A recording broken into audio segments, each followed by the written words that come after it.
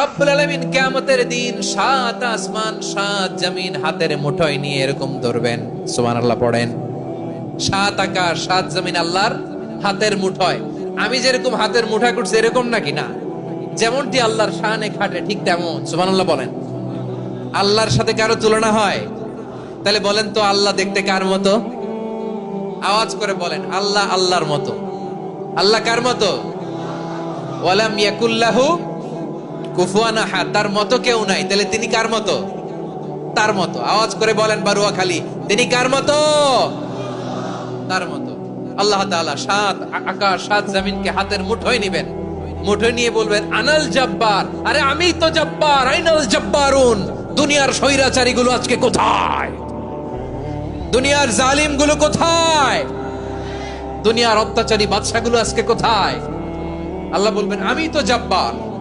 দুনিয়াতে যারা জব্বার বলে নিজেদের দাবি করতো, স্বৈরাচার, ডিক্টেটর, জালিম, অত্যাচারী, আজকে তোরা কোথায়? কোথায়?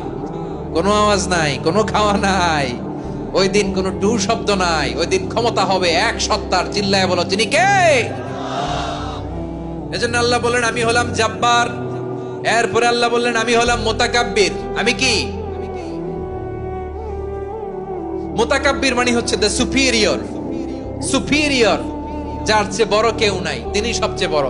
এজন্য নামাজে প্রত্যেক রুকুতে সেজদায় আমরা সবাই বলি আল্লাহ আপনি সবচেয়ে বড়, ইউ আর দ্য গ্রেটেস্ট। আমরা বলি আল্লাহু আকবার। আমরা কি বলি? আওয়াজ করে বলেন, আমরা কি বলি? কি বলে নামাজ শুরু করি বলেন তো?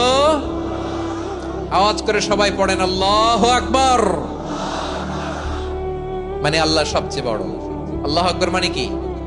আল্লাহ সবচেয়ে মহান, সবচেয়ে বড়। বলেন তো আল্লাহর চাইতে বড় কোন সত্তা এই মহাবিশ্বে দ্বিতীয় কেউ আছে? এজন্য আল্লাহ বলেন আমি হলাম আল মুতাকাব্বির। প্রকৃত গর্ব অহংকারের মালিক। আসল গর্ব, বীরত্ব, অহংকারের মালিক কে? আল্লাহ ছাড়া আর কারো অহংকার সাজে? সাজে না।